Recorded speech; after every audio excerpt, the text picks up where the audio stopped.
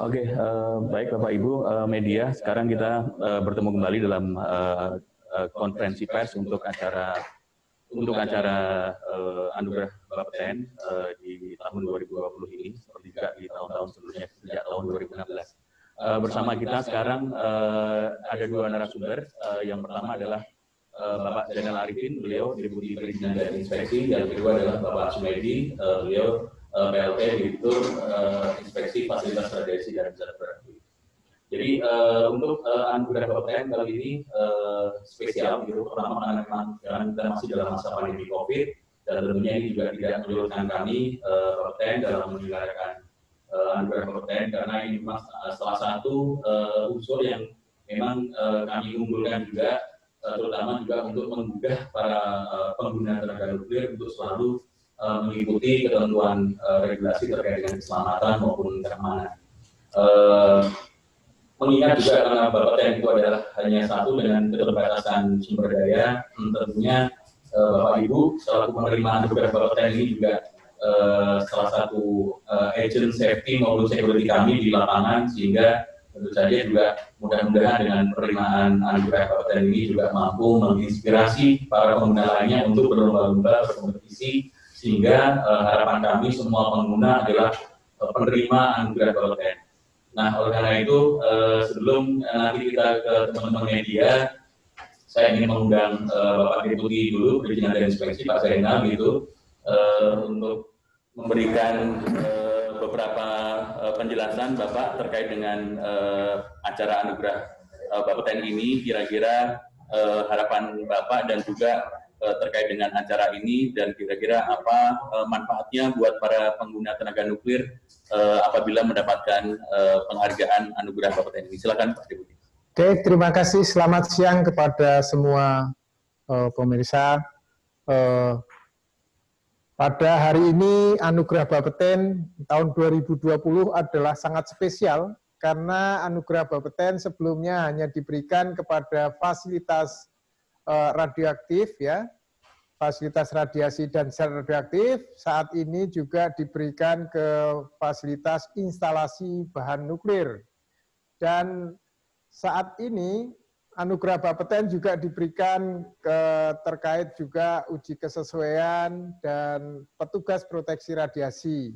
Sebelumnya Anugerah Bapeten hanya diberikan kepada fasilitas radiasi dan sel radioaktif, penggunaan bidang industri maupun kesehatan. Tentunya penggunaan nuklir ini harus diawasi, karena radiasi itu tidak terlihat, tidak terasa, maupun tidak tercium baunya. Dengan penggunaan nuklir, maka adanya Bapeten itu menjamin keselamatan publik.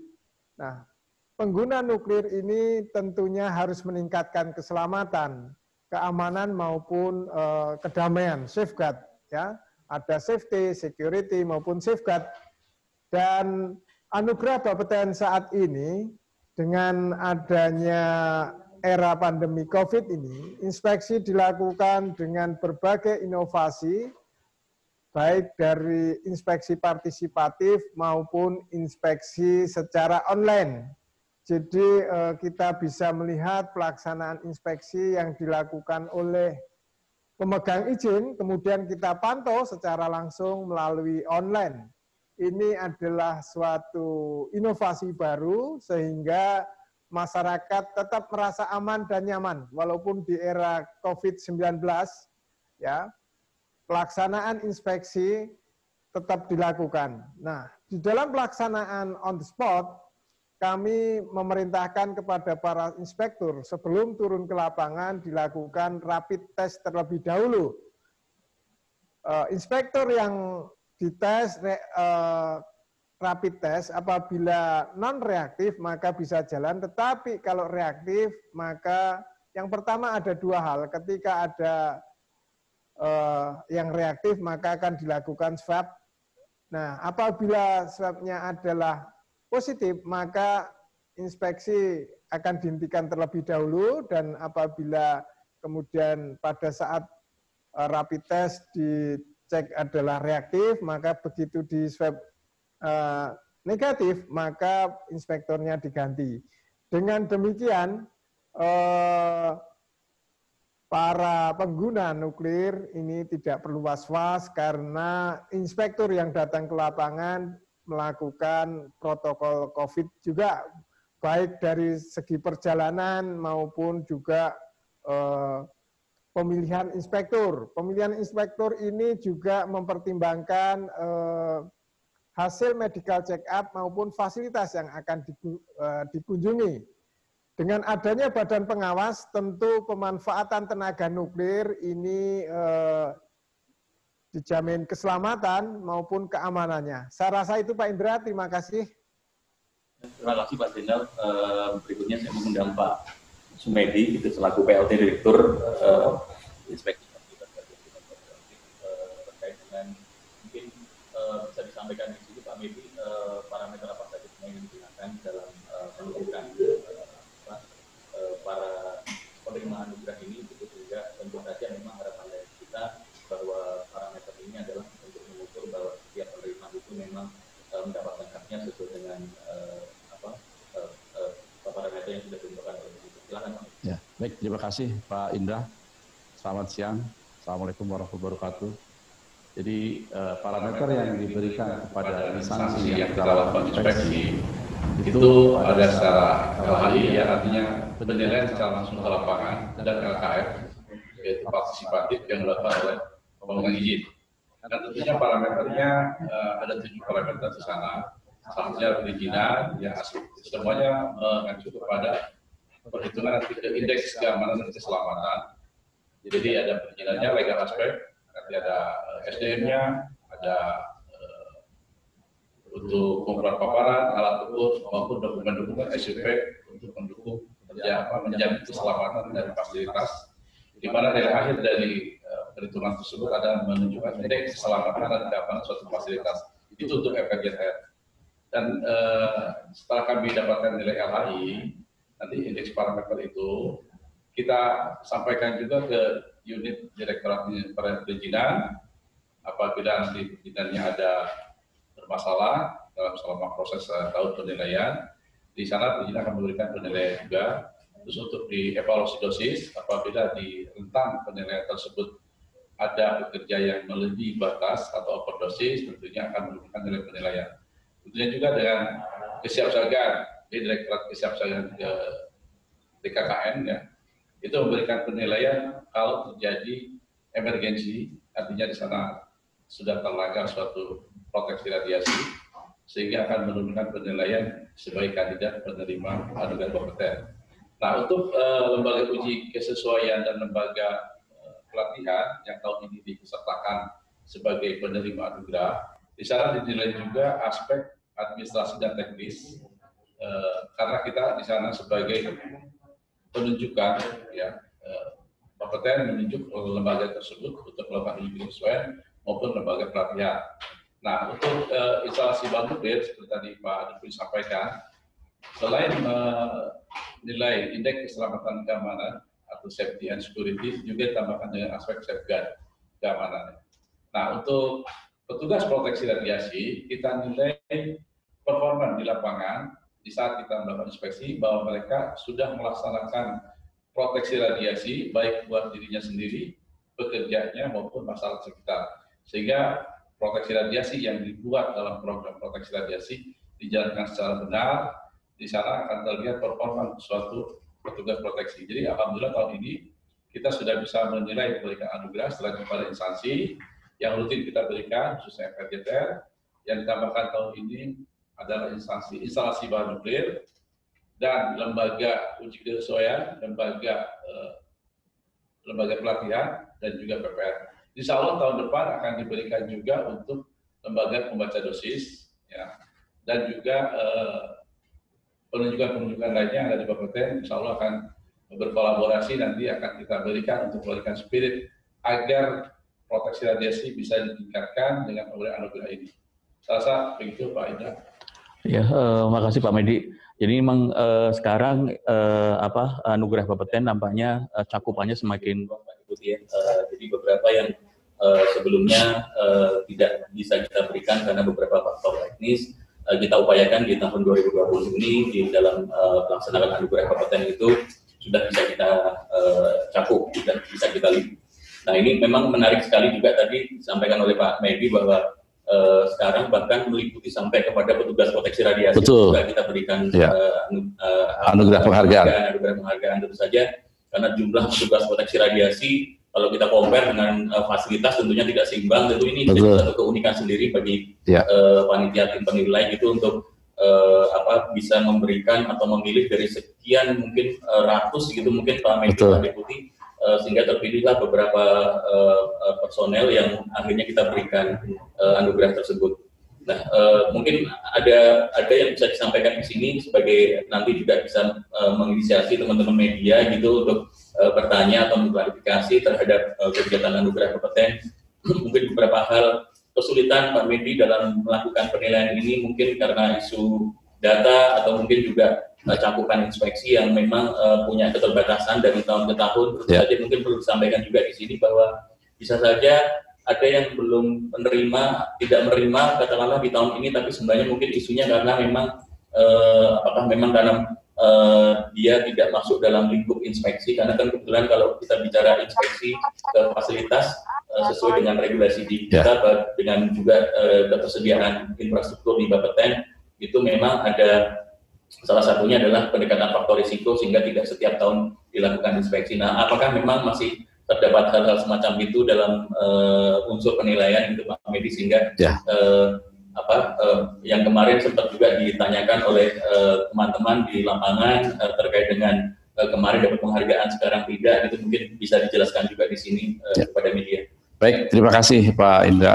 Juga buat teman-teman instansi yang tahun ini tidak mendapatkan, tahun kemarin mendapatkan. Memang kami tahun ini sedikit kesulitan di masa pandemi ketika diinformasikan oleh Pak Deputi, karena ada beberapa yang kita kirim periode 2 bulan terakhir dari Juni-Juli, kita berikan sarana, yaitu memberikan penilaian secara inspeksi partisipatif, mengisi LKF yang kita kirim, dan membuka di website Infara. Mereka akan mensubmit semua dokumen-dokumen di sana. Tapi ternyata beberapa perusahaan yang melakukan WFH, jadi mereka kesulitan untuk mengakses. Yang tentunya dokumen-dokumen tersebut ada di fasilitas.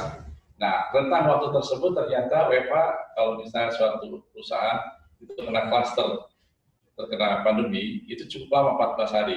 Di situ kesulitannya. Sehingga memang tahun ini sangat turun penilaiannya. Selain dari LHI sendiri kita melakukan inspeksi sangat terbatas, selain mempertimbangkan zona dari provinsi yang bisa kita akses, juga transportasi, kita jangan sampai nanti setelah melakukan inspeksi, walaupun pada saat inspeksi sebelumnya, pra inspeksi kita melakukan rapid test, ya, dengan menjaga jarak, melakukan 3M, memakai masker, tapi tentunya kita juga menghindari kalau misalnya zona-zona tertentu yang kita batasi.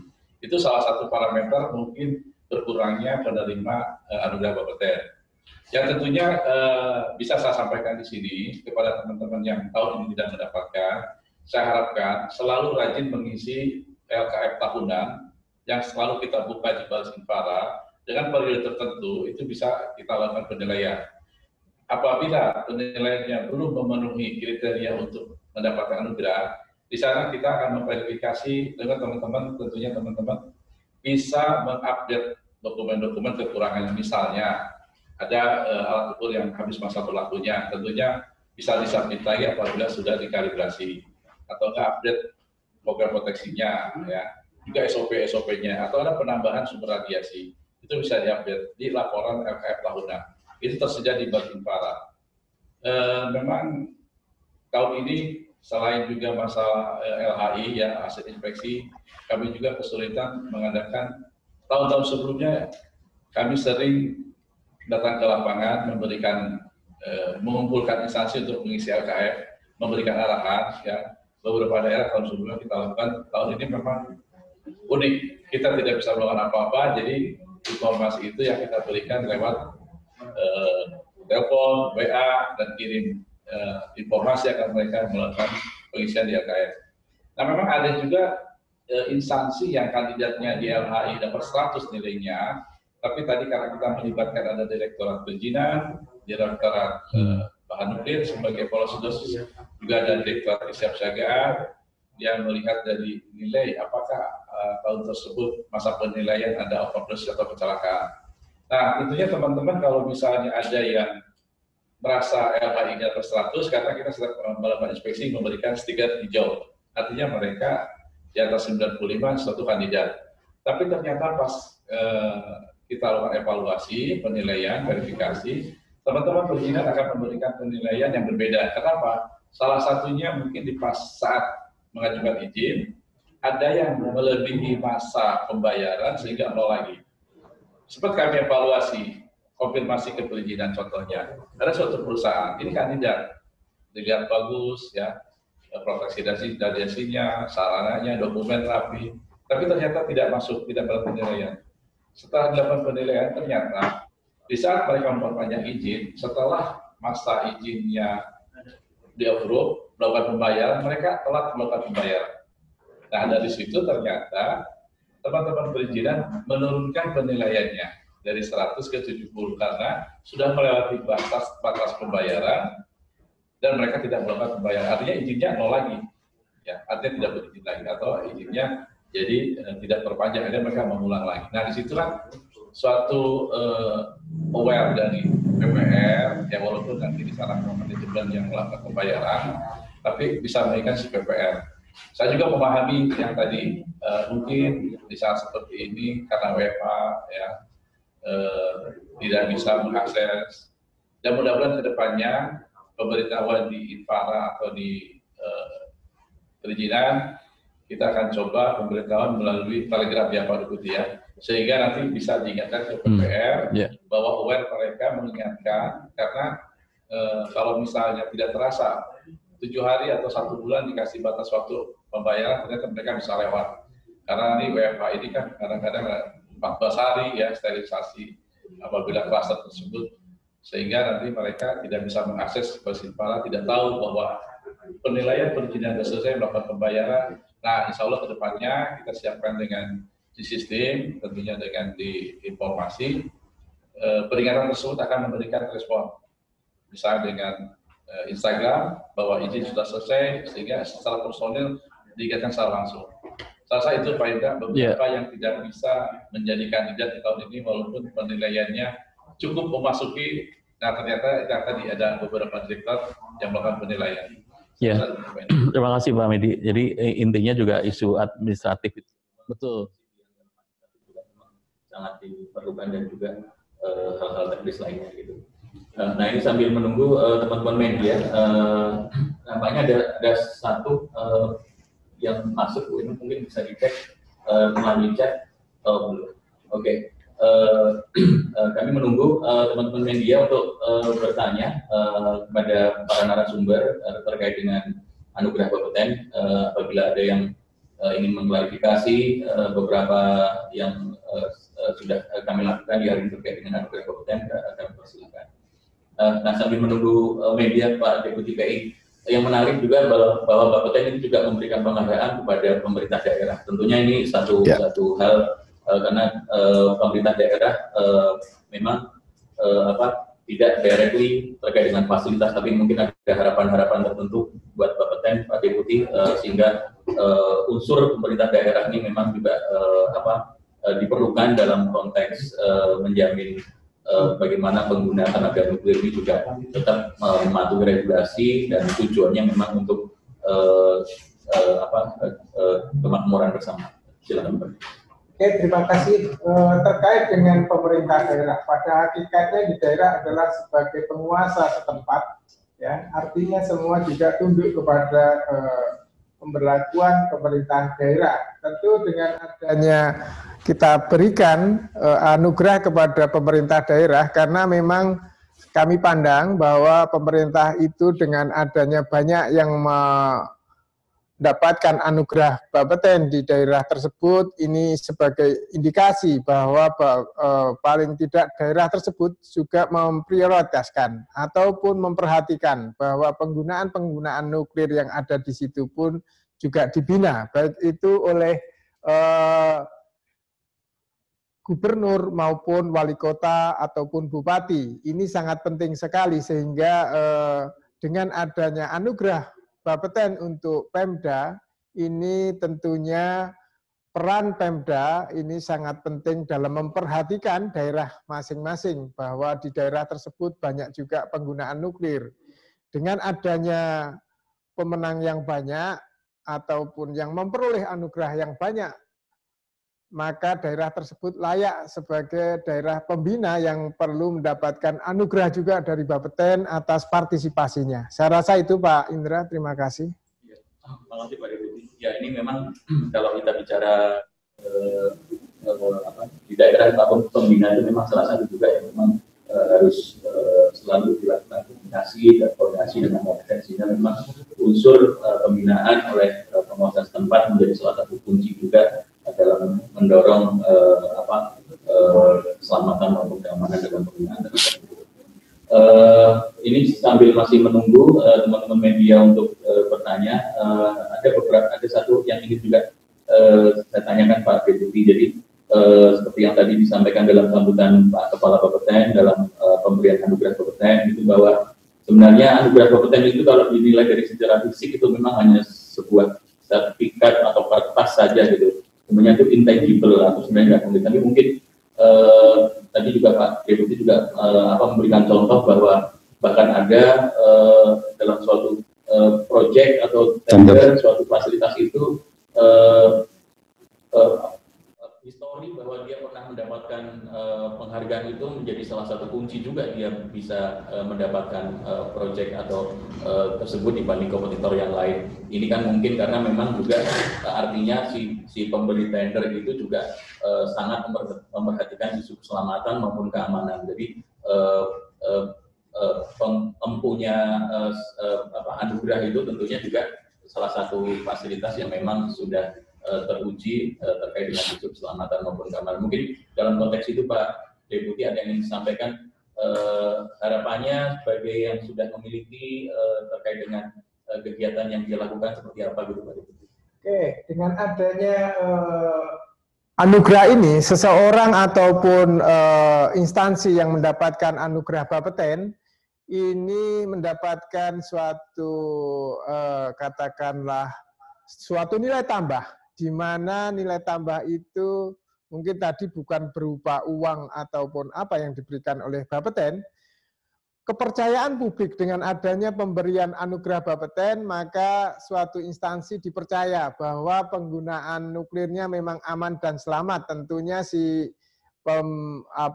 pemilik atau pengusaha itu bisa dipercaya ketika ikut tender, tentunya kan fasilitas atau pengguna itu ingin aman dan selamat. Nilai yang tidak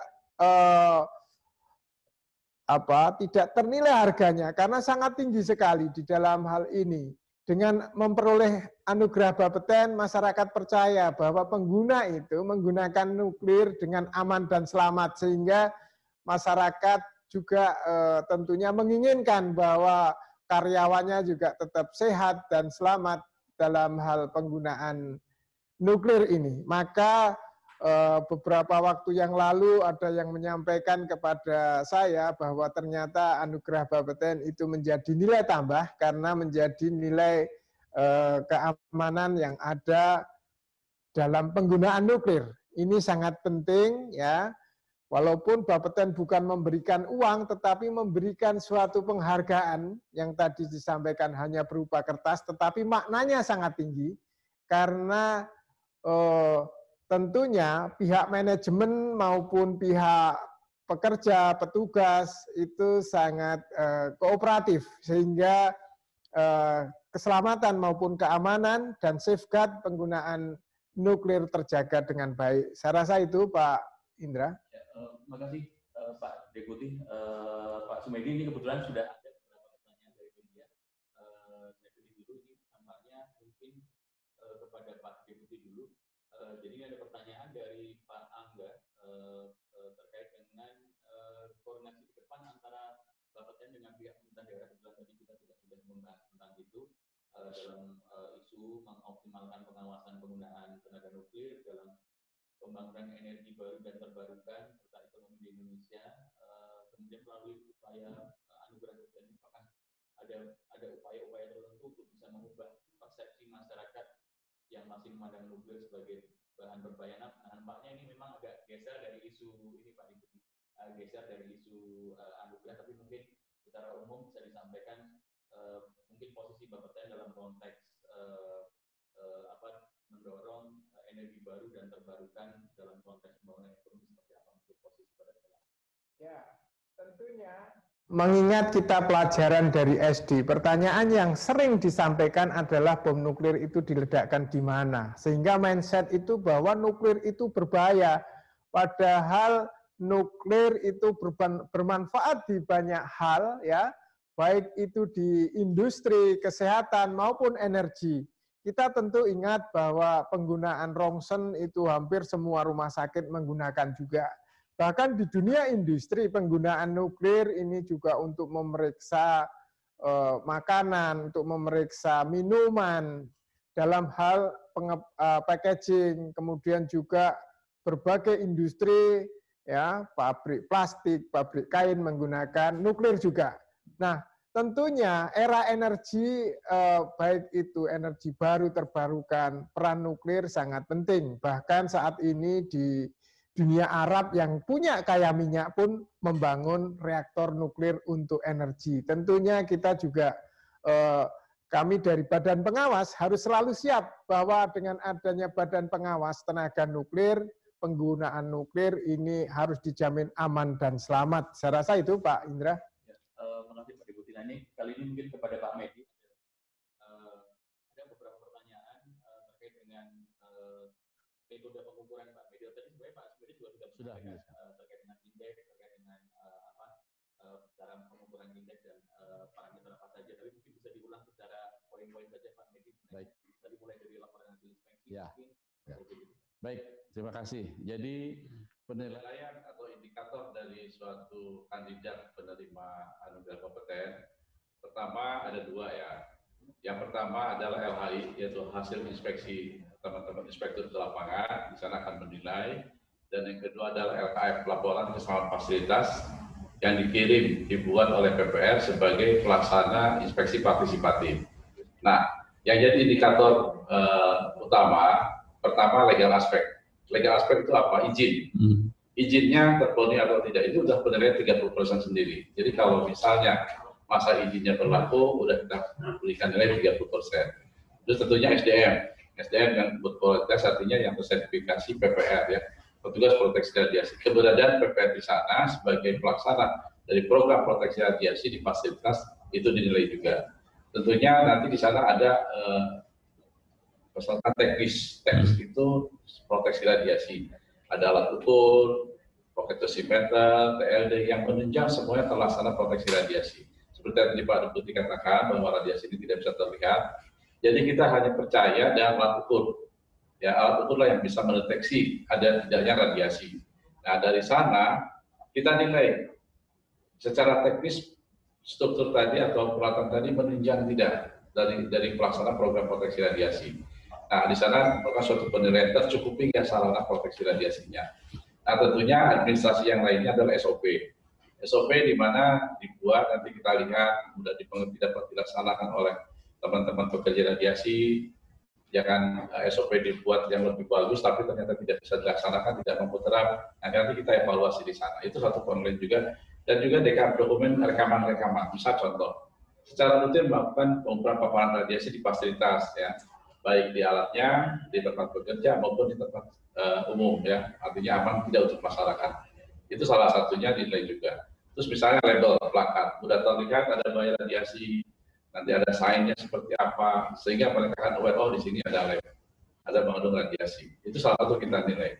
Tentunya parameter-parameter itulah yang menjadikan penilaian kami, misal contoh dari LHI, apabila parameter semua tercover atau terpenuhi, akan kita berikan nilai 100.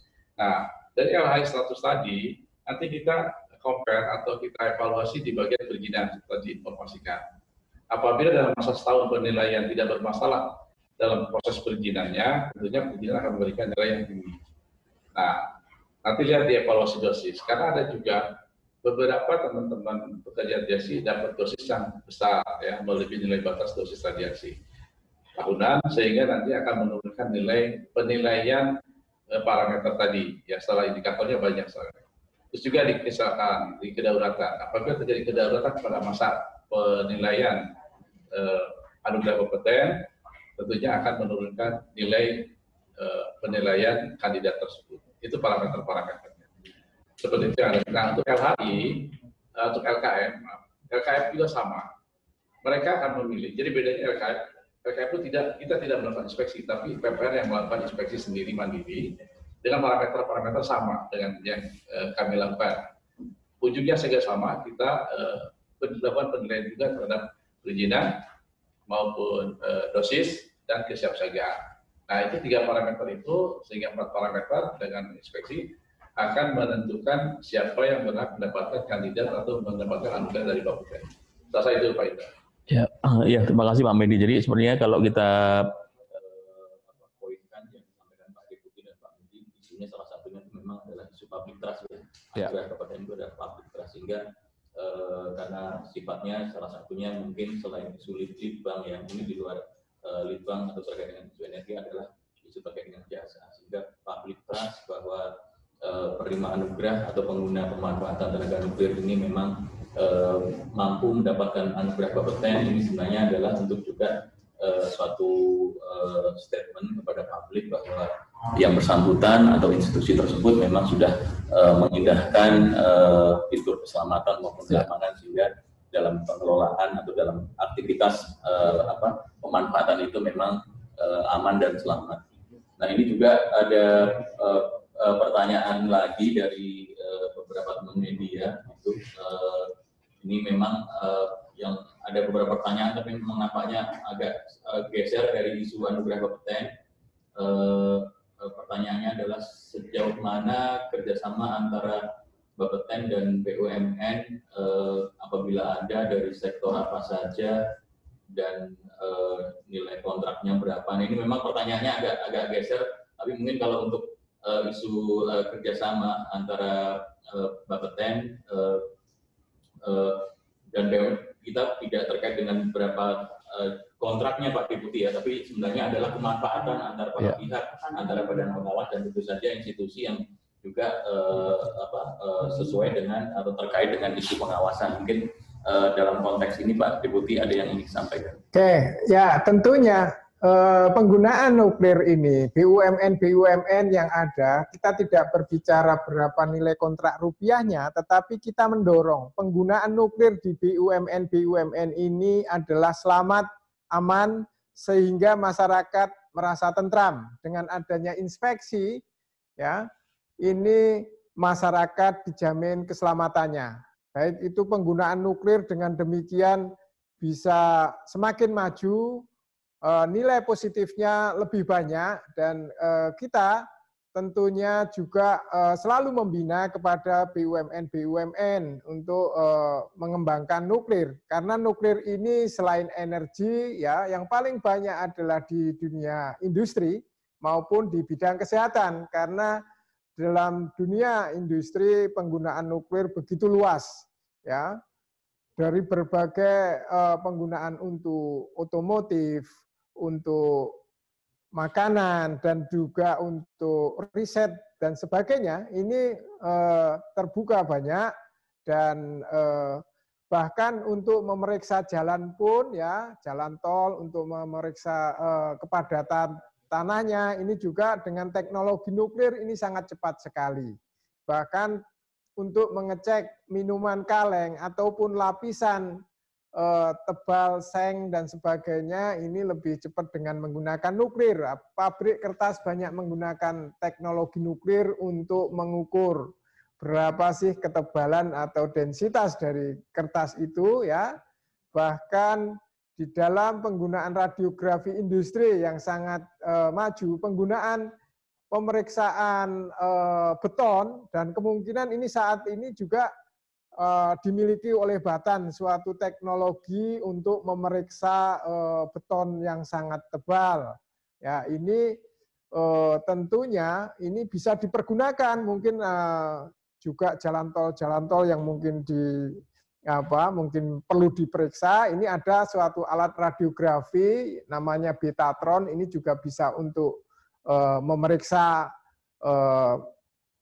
barang-barang ataupun yang mungkin untuk dilihat secara fisik susah, tetapi dengan nuklir bisa terselesaikan dengan baik tanpa harus merusak barang tersebut. Saya rasa itu Pak Indra. Ya, terima kasih Pak Deputi. Ini masih dengan suara.com ada pertanyaan mungkin, tapi ini mungkin ke Pak Medi. Jadi memang agak geser dengan isu anugerah kompeten, tapi mungkin masih ada terkait bahwa ditanyakan sebenarnya apa dampak terbesar untuk Bapeten dalam konteks pandemi COVID ini Pak Medi. Artinya mungkin tadi Pak Medi menyampaikan bahwa salah satu indikator dalam memberikan penilaian itu adalah laporan hasil inspeksi. Tentu saja dengan isu pandemi ini kegiatan inspeksi tidak bisa dilaksanakan seperti di era sebelum COVID. Nah, mungkin ada upaya-upaya yang juga tadi sempat disinggung juga oleh Pak Deputi. Nah, mungkin bisa dijelaskan di sini. Baik, ya terima kasih. Jadi memang di masa pandemi ini ada yang berbeda memang yang kami lakukan. Misalnya setiap inspektur yang akan kami berangkatkan harus melalui rapid test, baik pra maupun pasca. Pasca selama inkubasi 14 hari sampai selesai melakukan inspeksi. Dalam rentang 14 hari tersebut kita lakukan pasca pemeriksaan rapid test. Jangan sampai mereka membawa oleh-oleh COVID-19 gitu ya. Tentunya mereka kan harus aman, selamat. Ya. Dan tentunya juga seperti tadi Pak Deputi katakan, kami juga memberikan teman-teman ada pemilihan komorbiditas. Apabila ada inspektur hasil dari MCU-nya ada komorbiditas di sana, penyakit tertentu, tentunya kami akan berangkatkan remote area-nya terbatas, gitu ya. Karena selain juga zona, juga tempat yang kita datangi, kita memilih. Itulah bedanya ya antara masa pandemi dengan tidak. Sebelum masa pandemi, kita bisa kemana aja, ya kan? Protokol kesehatan yang umum aja. Tapi tetap APD itu alat pelindung diri tetap kita lakukan, kita gunakan. Nah di masa pandemi ini ada yang khas di masa pandemi ya untuk penerapan APD. Selain APD buat keperluan pekerjaan, tapi APD untuk menghindari terjangkitnya kita corona. Selalu kita sediakan hand sanitizer buat perorangan ya. Artinya satu tim 3 orang, setiap mau berangkat kita siapkan masker, sarung tangan, ada juga hotspot beberapa kalau bisa diperlukan untuk ke fasilitas yang memang high risk, dalam arti high risk dengan COVID-19. Nah itu salah satunya. Jadi sudah kita siapkan APD tersebut, walaupun sebelumnya kita akhirnya merevisi ya Pak Deputi ya, karena ternyata memang unik gitu. Yang selama ini kita tidak terpikirkan ada MAK untuk COVID, mau nggak mau kita merevisi RAB ya, anggaran untuk kepentingan inspeksi tersebut, menyesuaikan karena itu beda lagi MAK-nya itu. Nah, itu uniknya di sana. Alhamdulillah kita kolaborasi dengan Pak Deputi selalu mengingatkan bahwa ini harus kita kerjakan. Selain itu kita bikin SOP, protokol kesehatan selama melakukan inspeksi, perjalanan, maupun setelah melakukan inspeksi. Itu saya rasa Pak Ida. Jadi memang banyak sekali uniknya di masa pandemi ini, yang tentunya sedikit merubah atau mengurangi nilai produktivitas dari LHI. LHI yang secara kita langsung dapatkan. Tapi untuk LKF, kita coba berusaha genjot. Walaupun tadi di lapangan yang kita kirim LKF, mereka juga melakukan WFH, karena beberapa klaster industri terkena dampak pandemi COVID-19, itu salah satu kendala juga. Saya itu Pak Ida. Yeah. Mudah-mudahan sih ke depannya dengan PSBB masa peralihan atau masa baru gini, kita akan terbiasa ya melakukan 3M tentunya, seperti menjaga jarak, cuci tangan, menggunakan masker, tentunya untuk kesehatan kita bersama juga. Ya. Saya itu Pak Ida. Ya, makasih. Mungkin ini teman-teman media juga sebagai informasi, kebetulan kami bertiga juga sudah habis di rapid test ya, karena ada kegiatan memang juga apa tadi seperti yang disampaikan Pak Medi, bahwa selain juga masa pandemi ini tetap berupaya maksimal karena inspeksi itu mungkin kewajiban buat kami untuk melakukan, tapi sebenarnya di sisi lain itu adalah hak buat pengampu kegiatan pemanfaatan tenaga kerja. Baik, ini mungkin karena waktu yang terbatas, saya pikir tadi beberapa sudah dijelaskan oleh para narasumber kita. Mungkin dimulai dari Pak Deputi, saya ingin Pak Deputi dan Pak Medi memberikan closing statement Bapak. Kira-kira harapan Pak Jainal untuk improvement terkait dengan anugerah Bapeten ini seperti apa Bapak? Silakan. Ya, dengan penggunaan nuklir, anugerah Bapeten ini mendorong kepada para pengguna nuklir agar meningkatkan juga keselamatan, keamanan yang tadinya belum mendapatkan anugerah, nanti tentunya bisa mendapatkan anugerah dengan memperbaiki sistem keselamatan, sistem keamanan, safeguard. Nah, tentunya ini juga akan menimbulkan budaya keselamatan di dalam penggunaan nuklir maupun budaya keamanan penggunaan nuklir. Saya rasa dengan adanya anugerah Bapeten ini bisa mendorong para pemegang izin, para petugas proteksi radiasi, para penyelenggara pelatihan, petugas proteksi radiasi, maupun penyelenggara uji kesesuaian, sehingga berlomba untuk memperbaiki diri, sehingga keselamatan maupun keamanan penggunaan nuklir semakin meningkat. Saya rasa itu. Terima kasih. Terima kasih Pak Deputi. Pak Medi, closing statement Pak, mungkin tadi seperti yang sudah disampaikan, mungkin ada hal-hal yang diharapkan dari para pengguna supaya nanti mungkin dalam penilaian berikutnya koordinasi antara Bapeten dan pengguna semakin menjadi lebih baik. Baik, terima kasih Pak Indra. Jadi kami berharap untuk tahun kemudian akan lebih banyak yang mendapatkan anugerah Bapeten. Selain dari hasil inspeksi yang selalu kita berikan sertifikat hijau, artinya aman ya, dijamin keselamatan dan keamanan yang setelah kita evaluasi maupun kita inspeksi, dapatkanlah anugerah Bapeten tersebut. Apabila tahun kemarin sudah dapat atau tadi dapat untuk mempertahankan anugerah Bapeten tersebut, bisa aktif di Baris Infara, menginformasikan atau melakukan kegiatan inspeksi mandiri atau partisipatif ya, yang dilakukan oleh PPR. Di sana tersedia apa yang dilakukan. Tentunya jika tidak ada yang kurang jelas, tidak mengerti, di sana kami juga membuka email ya, yang selalu kami tugaskan teman-teman di Direktur Inspeksi, komunikasi lewat email, sehingga memudahkan komunikasi apa yang diperlukan oleh pengguna izin, yang tentunya yang remote sangat jauh, keterbatasan kita juga ke lapangan, untuk meningkatkan proteksi radiasi di lapangan, kendala apapun silakan berkomunikasi lewat email untuk bisa mencapai anugerah, artinya kepercayaan dengan anugerah tersebut. Tentunya masyarakat akan percaya, dijamin keamanan keselamatannya apabila instansi atau perusahaan tersebut memanfaatkan sumber radiasi nuklir. Selesai itu Pak Ida. Ya, baik, terima kasih Bapak-Bapak para narasumber, Pak Deputi PI, Pak PLT Direktur Inspeksi Fasilitas Radiasi dan Sensitif. Buat teman-teman media, tentu saja teman-teman media nanti yang belum mengikuti YouTube bisa ke laman YouTube Bapeten dan bisa dilihat kembali, dan juga mungkin bisa juga menyampaikan kepada pertanyaan apabila belum kepada info Bapeten atau beberapa laman media sosial Bapeten seperti di Twitter maupun di IG terkait dengan acara anugerah Bapeten. Baik Bapak Ibu semuanya, terima kasih atas perhatiannya. Saya ucapkan semoga kita selalu dalam kondisi sehat dan pemanfaatan tenaga nuklir di Indonesia juga bisa berkembang, menyesuaikan semuanya dan tetap selamat. Demikian, terima kasih. Assalamualaikum warahmatullahi wabarakatuh. Waalaikumsalam warahmatullahi wabarakatuh. Semuanya terima kasih atas perhatiannya.